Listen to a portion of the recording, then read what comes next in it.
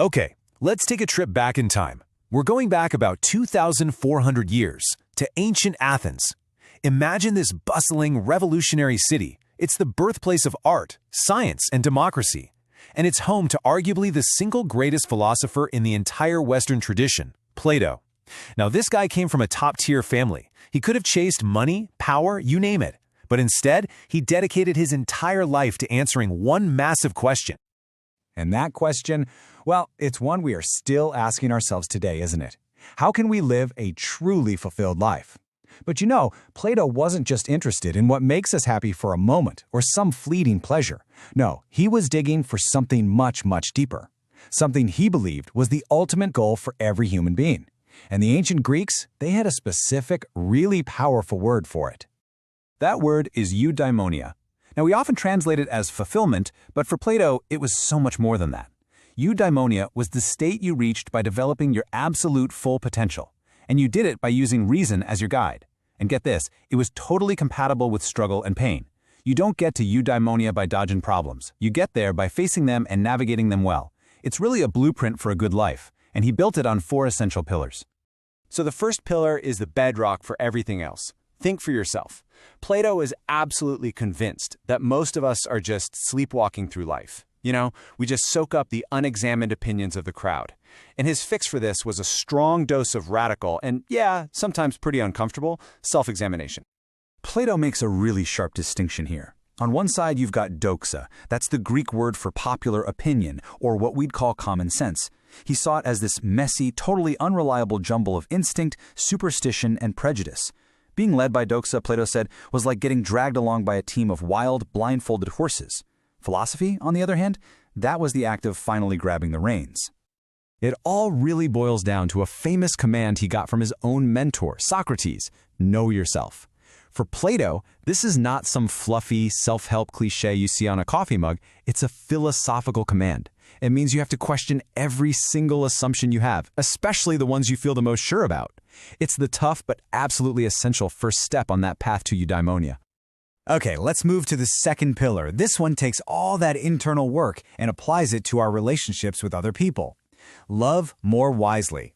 In his incredible dialogue, The Symposium, Plato lays out a theory of love that is just worlds away from our modern one. For him, true love isn't about passive acceptance. It's a dynamic, active form of mutual education.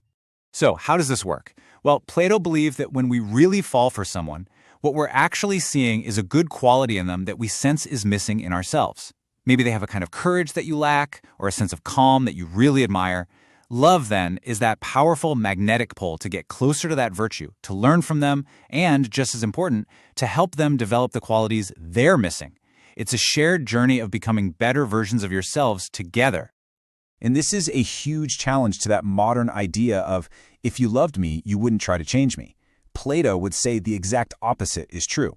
True love is committing to help someone change for the better. I mean, think about it. A relationship where you aren't actively helping each other grow and improve, to Plato, that's not really love at all. It's just comfortable complacency. It's a tough idea for sure, but a really profound one. Now on to the third pillar, and this one might just surprise you: the power of beauty. Plato argued that the art we look at, the buildings we live in, even the furniture we use, none of this is trivial fluff. In fact, he believed these things are essential educators of our souls, quietly shaping our character in ways we don't even notice. I mean, why do we even like beautiful things?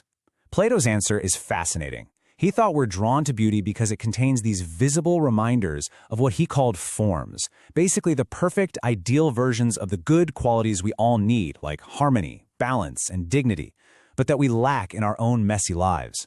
So a beautiful piece of music or a perfectly designed building isn't just nice to look at, it's a silent teacher, nudging our soul in the right direction. And the flip side, of course, is that ugliness is a serious moral problem. For Plato, being surrounded by a chaotic, ugly, or harsh environment makes it that much harder to be calm and gentle and good. It's like it's constantly parading these dangerous qualities in front of us, subtly encouraging us to become more like it. This gives art, design, and architecture a massive ethical responsibility. And this leads Plato to a conclusion that is, well, it's deeply challenging for us today. He argues that the whole purpose of art must be therapeutic, a kind of propaganda for good values. Because art's influence is so huge, he believed it was way too dangerous to be left to artists alone. Instead, he said, philosophers should guide the artists to make sure their creations promote the values of a healthy, fulfilled society. This leads us right into the fourth and most ambitious pillar of them all, building a better world. See, Plato wasn't happy with just fixing individuals one by one. He was the world's first true utopian thinker. He wanted to completely re-engineer society itself to produce fulfilled, eudaimonic citizens on a mass scale. In his magnum opus, The Republic, he laid out a whole series of radical, systematic changes. He argued that we have to replace our celebrity heroes with wiser role models. We need to censor media that promotes bad habits. We need to shift education away from just teaching job skills and toward building character. And, most controversially of all, he said some children should be raised by the state to guarantee they get a virtuous upbringing. This table really drives home just how revolutionary his ideas were. So instead of looking up to rich socialites and sports stars, society would admire these wise, modest public servants he called guardians. Instead of getting our ideas from charismatic politicians and mass media, we'd be guided by reason and philosophy. And the main goal of school wouldn't be to get a job, but to cultivate a good and courageous character. So when you put all four of these pillars together, what you get is a blueprint for a life and a society that is just radically different from our own. Plato's ideas are still incredibly provocative. For centuries, people have been debating whether his Republic is a beautiful dream of a perfect world or a terrifying precursor to the totalitarian states of the 20th century. But at the very heart of it, and whether you agree with his solutions or not, Plato believed that philosophy was not some abstract academic game. Not at all. It was a practical, powerful tool. A tool for looking at our own lives, for making our relationships better, for shaping our environment, and ultimately, for radically changing the entire world for the better.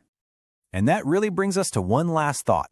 When you look at our world today, with all its social media chaos, its obsession with celebrity culture, and these constant waves of misinformation, well, you have to ask yourself, are Plato's diagnoses of our problems, and maybe even some of his radical solutions, more relevant now than they have ever been? It's definitely something to think about.